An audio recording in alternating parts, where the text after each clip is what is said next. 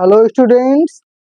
इससे पिछले वीडियो में हमने पुरुष जनन तंत्र, शुक्राणु, लड़कों में यौनारंभ ये सारे टॉपिक पढ़े थे। अब हम इस वीडियो में स्त्री जनन तंत्र के बारे में पढ़ेंगे। तो स्त्री जनन तंत्र शुरू करने से पहले हम स्त्रियों में यानी कि लड़कियों में यौनारंभ देख लेते हैं। यौवनारंभ यानी कि यौवन की शुरुआत, जिसे प्यूबर्टी इंग्लिश में कहते हैं।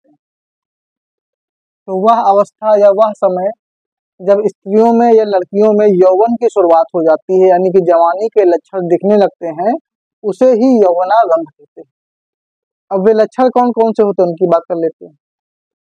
जैसे कि ये लक्षण दिखते कब से, ये लगभग जो यौवनारंभ के लक्षण हैं, ये लगभग 13 से 15 वर्ष की लड़कियों में दिखने शुरू हो जाते हैं यौनारंभ के लक्षण। इसमें है क्या, इसमें जैसे कि आवाज का पतली होना, शरीर पर वसा का जमाव, विशेष रूप से जैसे कि छातियों पर वसा का जमाव हो जाना, शोण क्षेत्र पर पिछले पार्ट पर वसा का जमाव हो जाना, ये लक्षण होते हैं। फिर जननांगों पर बालों का उगना, हाथ के बगल में बालों का उगना। फिर शरीर में एस्ट्रोजन, एक हार्मोन होता है एस्ट्रोजन, और एक हार्मोन होता है प्रोजेस्टेरॉन। तो शरीर में एस्ट्रोजन और प्रोजेस्टेरॉन हार्मोन का स्रावन होना। एक बात और, जैसे कि हमने इससे पिछले वीडियो पढ़ा था कि लड़कों में यौनारंभ के साथ शुक्राणु का बनना शुरू हो जाता है, लेकिन लड़कियों में जो अंडाणु बनता है, इनका जो अंडकोश का मतलब की जो मादा युग्मक होता है अंडाणु, वो जन्म से पूर्व ही बन जाता है। यानी जब लड़कियां पेट में होती हैं, यानी कि गर्भ में होती हैं, उसी समय उनके शरीर में काफी संख्या में अंडाणु बन जाते हैं। फिर जन्म के बाद सिर्फ उनका विकास होता रहता है। तो ये बात याद रखेंगे कि लड़कों में शुक्राणु तो जन्म के बाद बनते हैं यौनारंभ के दौरान, लेकिन लड़कियों में सारे अंडाणु जब वे गर्भ में होती हैं तभी बन जाते हैं। तो ये सब इनके लड़कियों के लक्षण हो गए यौनारंभ में, यानी कि शरीर पर बाल आना, फिर वसा का जमाव होना, एस्ट्रोजन प्रोजेस्टेरॉन हार्मोन का स्रावन, अंडाणु तो पहले से ही बने होते हैं, आवाज का पतली होना, ये सारे लक्षण होते हैं जिनसे हम यौनारंभ की शुरुआत मानते हैं। एक और लक्षण होता है मासिक धर्म शुरू हो जाता है, तो ये भी एक यौनारंभ का लक्षण होता है। तो इन सब लक्षण से यौनारंभ को माना जाता है, यानी कि जवानी की शुरुआत मानी जाती है। ये यौनारंभ है। अब हम सीधा सा बात करते हैं अपना मेन टॉपिक पर, जिसका नाम है स्त्री जनन अंग। स्त्री जननांग यानी कि फीमेल सेक्स आर्गन या फिर वुमेन सेक्स आर्गन, स्त्री जनन अंग। तो पुरुष जनन अंग से ज्यादा इम्पोर्टेंट है स्त्री जनन अंग, जो कि परीक्षा में आता है इसका सचित्र वर्णन करने के लिए। तो अब इसके बारे में बात करते हैं। पहले इसका चित्र बनाकर देखते हैं। जैसे जो स्त्री जननांग चित्र ऐसा होता है, ऐसे टाइप। ये ऐसे इतना हो गया।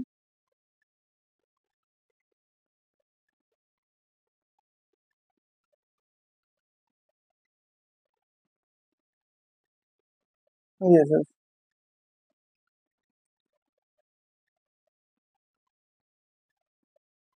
यहाँ पे कुछ झाल सी संरचना होती है, झल्लरी बोलते हैं, ऐसे बन जाती है।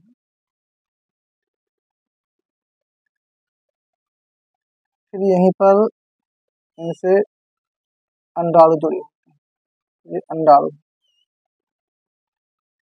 तो ये अंडाणु हो गए। इनका नामांकन कर देते हैं जो अंडाणु है।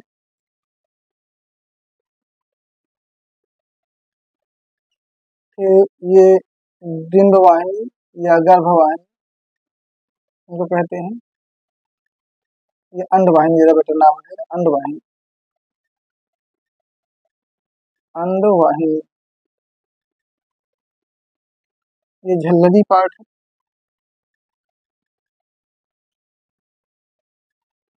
फिर अंडवाहिनी के बाद ये जो भाग है ये गर्भाशय है।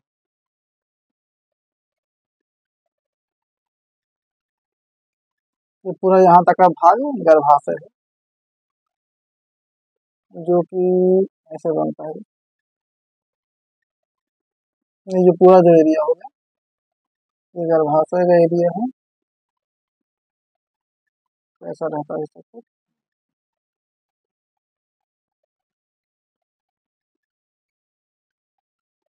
कुछ ऐसे टाइप।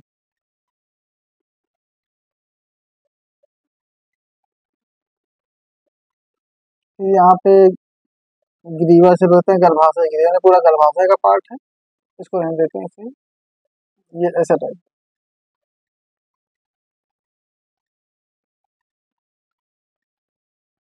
तो गर्भाशय, गर्भाशय ग्रीवा, गर्भाशय गर्दन, ये भाग हो गया योनि।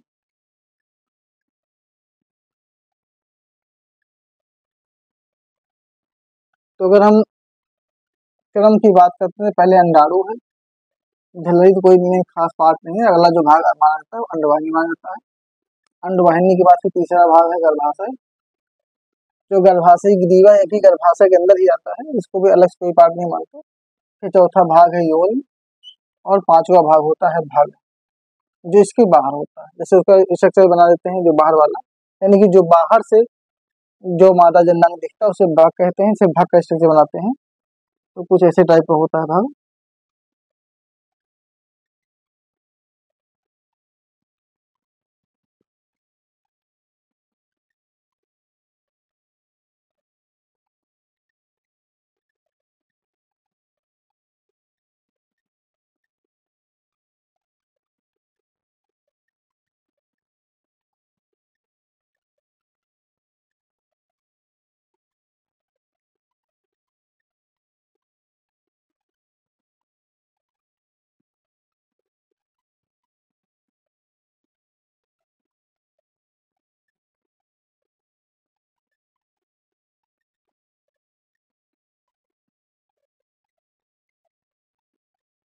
कोई ऐसे टाइप जो बाहर से दिखता है वही होता है भाग।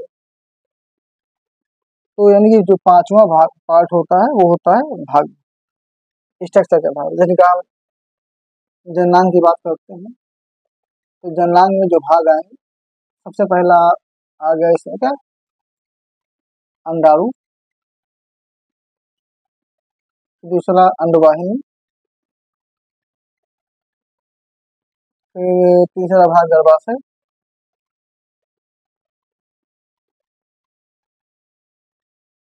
चौथा योनि, और पांचवा भाग, और छठवां भाग, जिसमें दो भाग होते हैं, एक होता है मूत्र मार्ग, एक होता है योनि द्वार। वैसे यहाँ पे दो हैं, लेकिन यहाँ पे आवश्यकता सिर्फ योनि द्वार होती है, मूत्र मार्ग और योनि द्वार, ये पार्ट है। तो ये जो संरचना दिख रहा है छोटा सा, इसे बोलते हैं मूत्र मार्ग या मूत्र द्वार। इसकी जो निचली संरचना होती है ये होती है योनि द्वार। तो 6 और 7 तो भाग तो पूरे संरचना को बोलते हैं। अब इनके बारे में चर्चा कर लेते थोड़ा सा, ये होते क्या है। जैसे कि सबसे पहले हमने बात की अंडाणु। जैसे इससे पहले हमने पढ़ा था पुरुष का जन्म तंत्र, तो वहां पे हमने दो संरचना पढ़ी थी जिनका नाम था वृषण। जिसे बताया था कि बाहर दो वृषण होते, वैसे स्त्रियों में भी श्रोणि क्षेत्र में, यानी कि जांग के पास, तो वहां पे क्या होता है कि श्रोणि क्षेत्र में दो अंडे नुमा संरचनाएं होती हैं, गुलाबी रंग की मांसल संरचनाएं होती हैं, मांस की बनी होती हैं, जिन्हें कहते हैं अंड आशय, यानी अंड प्लस आशय, अंडाणु का घर। तो जो अंडाशय होते हैं इन्हीं के अंदर अंडाणु इकट्ठे रहते हैं। जैसा कि हमने बताया कि जन्म से पूर्व ही लड़कियों में, नवजात लड़कियों में लाखों की संख्या में अंडाणु बन जाते हैं, और बनने के बाद इसी में इकट्ठे रहते हैं अंडाणु। जब आवश्यकता होती है तब एक एक अंडाणु जाता है। जैसे मान लो कि जो फिंगरी है, जो झल्लरी है, इनसे क्या एक अंडाणु ये खींच लेती है, एक अंडाणु जाता है फिर आगे बढ़ता है। उनका एक ही सिस्टम होता है कि जैसे कि एक माह में दाएं से मान लीजिए कि अंडाणु गया, तो अगले माह में बाएं से जाएगा, फिर दाएं से नहीं जाएगा, तो एक बार दाएं से एक बार बाएं, एक एक माह में जो माहवारी होती है, मासिक धर्म होता है, उसी के आधार पे प्रत्येक माह में अदला बदली करके, यानी इकट्ठे दोनों से नहीं जाते हैं। ये सब आगे पढ़ेंगे हम। यहाँ पहला बात हमने अंडाणु पढ़े। अंडाणु क्या होती है? गोल या अंडाकार संरचनाएं होती हैं जिनके अंदर अंडाणु इकट्ठे रहते हैं। अब दूसरी बात करते हैं, जब अंडाणु आगे बढ़ते हैं, आगे बढ़ने पर यहाँ पे क्या है? अंडवाहिनी, जैसे डिंब वाहिनी भी कहते हैं, फैलोपियन ट्यूब बोलते हैं। तो ये जो नलिका होती है, इसी नलिका में अंडाणु आगे जाते हैं। आगे जाने के बाद ये जो पार्ट जिसे कहते हैं एम्पुलरी इस्थमस जंक्शन, इस पार्ट पर यानी यहाँ पर लगभग 5 से 6 दिन तक अंडाणु यहाँ पर रुके रहते हैं। अब अंडाणु यहाँ पे रुके रहते हैं, उसके बाद फिर अंडाणु आगे बढ़ते हैं। जैसे यहाँ पे क्या होता है, अंडाणु रुके रहते हैं तो अंडाणु प्रतीक्षा करते हैं कि यहाँ से शुक्राणु जाए और शुक्राणु जाकर इनसे निषेचित हो। अगर निषेचित हो गया तो सही बात है, और नहीं हुआ तो ये अंडाणु जो है फिर कुछ समय के बाद यहाँ से आते हैं कि योनि से वो रक्त के साथ, यानी कुछ चिपचिपा पदार्थ होता है जो अंडाशय होते हैं, ये योनि के साथ रक्त के साथ बाहर निकलते हैं, उसी कहते हैं मासिक धर्म, जिससे आगे पढ़ेंगे। यानी जो मासिक धर्म के दौरान जो रक्त का स्राव होता है उसमें अंडाशय अंडाणु होते हैं, और ये अनिषेचित अंडाणु होते हैं जिनका निषेचन नहीं हो पाता है। तो दूसरा हमने पार्ट क्या पढ़ा? अंडवाहिनी। तो अंडवाहिनी में अंडाणु जाते हैं, उसके बाद आगे बढ़ते हैं। आगे बढ़ने के बाद जो अगला पोर्शन दिख रहा है, इसका नाम क्या है? गर्भाशय, यानी गर्भ प्लस आशय, गर्भ का घर। अब यहाँ पे क्या हो रहा है?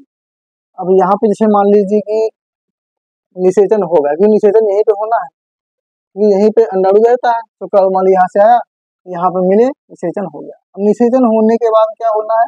तो जानते हैं जब निषेचन होता है, तो निषेचन के बाद युग्मनज बनता है, तो युग्मनज से बहुत सारी कोशिकाएं बनती हैं, फिर कोशिकाओं से बहुत सारे ऊतक बनते हैं, ऊतक से बन जाता है भ्रूण। भ्रूण जो होता है शुरुआत होती है जीवन की, तो जो भ्रूण बन जाता है, तो भ्रूण यहीं पे रहता है, तो लेफ्ट साइड या तो राइट साइड, यानी कि इधर से आया होगा इधर रहेगा, और इधर से अगर हुआ होगा तो इधर रहेगा।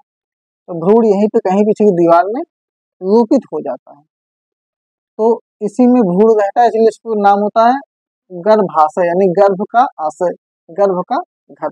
तो यहाँ पे गर्भाशय में गर्भ रहता है, तो गर्भाशय हो गया तीसरा भाग। पहला अंडाणु, दूसरा अंडवाहिनी, तीसरा गर्भाशय। हाँ, हमने ग्रंथियों के बारे में तो लिखा है, जो इनकी जनन ग्रंथियां उनको नाम भी देते हैं। यहाँ पे 2 ही ग्रंथियां होती हैं, जनन ग्रंथि। जनन ग्रंथियां जो हैं, एक होती है बर्थोलिन ग्रंथियां, और दूसरी जो है उसका नाम है डिम्ब ग्रंथियां, डिम्ब ग्रंथियां। बाकी जनन से संबंधित दुग्ध ग्रंथियां भी होती है, इनका नाम लिख देते हैं, दुग्ध ग्रंथियां, जो दुग्ध का स्राव करती हैं। तो ये जो बर्थोलिन ग्रंथियां हैं और जो डिम्ब ग्रंथियां यहाँ पे होती हैं, यहाँ पे होती हैं डिम्ब ग्रंथियां, और जो बर्थोलिन ग्रंथियां होती है यहाँ गर्भाशय ग्रीवा के पास होती है। तो डिम्ब ग्रंथियां काम यहाँ बता देते हैं। डिम्ब ग्रंथियां क्या करती हैं? तो डिम्ब ग्रंथियां हैं, ये निकालती है एस्ट्रोजन हार्मोन।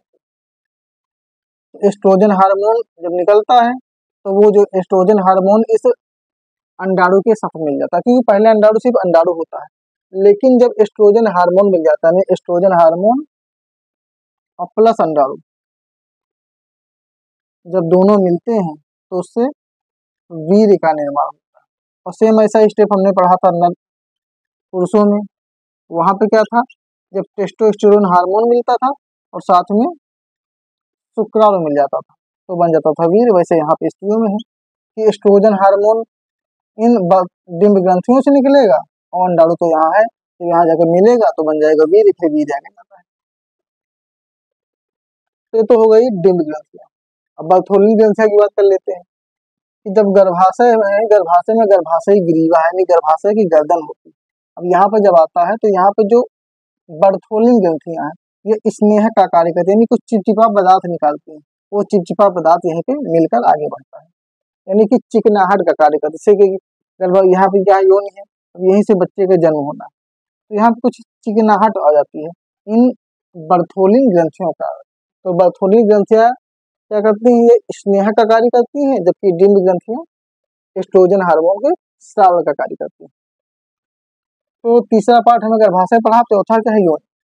अब जो योनि भाग है जिसे वजाइना बोलते हैं, अब ये योनि भाग जो है इसी से आगे कार्य होता है। जैसे कि मैंने बताया कि यहाँ पे निषेचन हुआ, उसके बाद यहाँ पे भ्रूण हो गया। अब उसका जब जिसे जन्म होना है, जन्म क्या होता है, शिशु होता है इसी योनि से आगे बढ़ता है, क्योंकि यहाँ पे जो जब योनि मतलब जन्म होने होता है उस समय क्या होता है, योनि फैलने लगती है, जिससे शिशु आसानी से ऐसे ऐसे मानी शिशु है तो ऐसे यहीं से निकल कर बाहर आता है।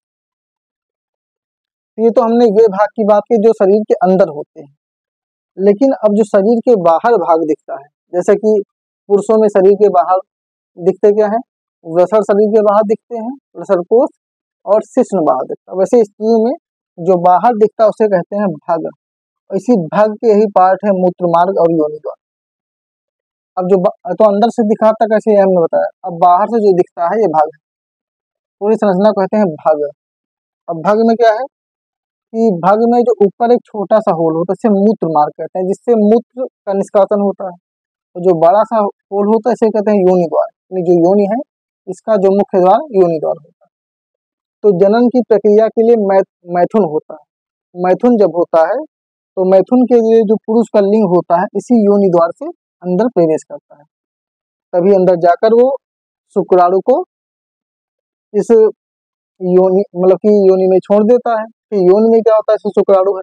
अब शुक्राणु के पीछे पूंछ होती है तैरने के लिए, जैसे कि मैथुन हुआ। अब मैथुन होने से क्या हुआ, जो शुक्राणु है इसके अंदर गया, जो अंदर जाने के बाद शुक्राणु तैरेगा और तैर कर आगे बढ़ेगा, आगे बढ़ता हुआ गर्भाशय ग्रीवा को क्रॉस किया, फिर गर्भाशय, फिर यहाँ से पहुंचा जाके इस पार्ट में, इसी पार्ट में होता है निषेचन। तो ये 7 भाग क्लियर हो गए होंगे। पहला अंडाणु, अंडाणु जो होता है उसे इसका नाम अंडाशय लिखना था, अंडाणु लिख दिया, इसका नाम अंडाशय। तो जो अंडाशय है, अंडाशय के अंदर अंडाणु बने। अब अंडाणु आगे निकला तो मिली कौन सी, डिम्ब ग्रंथियां। अब डिम्ब ग्रंथियों से एस्ट्रोजन हार्मोन मिल गया, तो जो अंडाणु था वो वीर्य बन गया। अब आगे बढ़ा अंडवाहिनी में, अंडवाहिनी में गया, यहाँ पे निषेचन होना है। निषेचन होने के बाद फिर गर्भाशय में भ्रूण स्थापित हो जाता है, फिर जन्म के समय योनि में आता है। उसके बाद बाहर की जो संरचना भग है, भग में मूत्र मार्ग से मूत्र का श्रावण होता है, मूत्र निकलता है। इसका कोई हमारे खास यूज यहाँ पे नहीं है। और जो दूसरा है योनि द्वार। अब योनि द्वार में क्या होता है कि जब इसकी पेशियों में प्रसरण होता है तो योनि द्वार से जो शिशु होता है शरीर के बाहर निकलता है। तो योनि द्वार ही जन्म का द्वार है, जन्म का रास्ता है, यहीं से शिशु बाहर आता है। तो बर्थोली ग्रंथियां जो बताया था, बर्थोली ग्रंथियां यहाँ गर्भाशय ग्रीवा के पास होती हैं, जो स्नेह का कार्य करती हैं। जो दुग्ध ग्रंथियां होती हैं इनसे दुग्ध का स्राव होता है, दूध बाहर निकलता है, जो दूध का निर्माण होता है इन्हीं ग्रंथियों के कारण होता है। तो जो स्त्री जनन अंग है, उम्मीद करते हैं समझ गए होंगे, इसका पूरा रास्ता हमने बता दिया, कहाँ से अंडाणु निकलता है, कैसे कैसे बाहर आता है, ये पूरा पाठ है। अब इसमें मेन चीज क्या है, अंडाणु। अंडाणु के बारे में, अंडाणु क्या होता है, अंडाणु कुछ ऐसा टाइप दिखता है, गोल गोल अंडाणु है। अंडाणु में अंडाणु का केंद्रक होता है, इसके बाहर भी कई सारी परतें होती है, ऐसे ऐसे टाइप की। उन्हीं में एक होती है परत बाहर, जिसे बोलते हैं कोरोना रेडिएटा। कोरोना रेडिएटा एक बाहर की परत होती है। फिर अंदर एक और सबसे सख्त परत होती है, इसका नाम होता है जोना पेलुसिडा। जोना पेलुसिडा जो है वो सबसे सख्त परत होती है, और इस परत को सिर्फ शुक्राणु का एक्रोसिन ही तोड़ पाता है। और उसके बाद अंदर जो है केंद्रक है। बाकी जानते हैं कोशिका में क्या होता है, जीवद्रव्य अन्य कोशिकांग होते हैं। तो जो अंडाणु है, अंडाणु एक प्रकार की कोशिका होती है, जो कि लड़कियों में जन्म से पूर्व ही बहुत सारी संख्या में बन जाती है। तो इस वीडियो में हमने स्त्री जननांग के बारे में बात की, लड़कियों में यौनारंभ के बारे में बात कर लिया, और अंडाशय का अंडाणु कैसा दिखता है ये हमने बात की। बाकी ये जो इसमें ग्रंथियां होती हैं और जो ये पार्ट है पूरा क्रमबद्ध। तो पिछले वीडियो में पुरुष का जनन तंत्र पढ़े हैं, इस वीडियो में स्त्री का जनन तंत्र पढ़े हैं। अब इसके बाद अगले वीडियो में हम मनुष्य में लैंगिक जनन की पूरी प्रक्रिया को विस्तार से पढ़ेंगे। तो आज का वीडियो यहीं पर समाप्त करते हैं।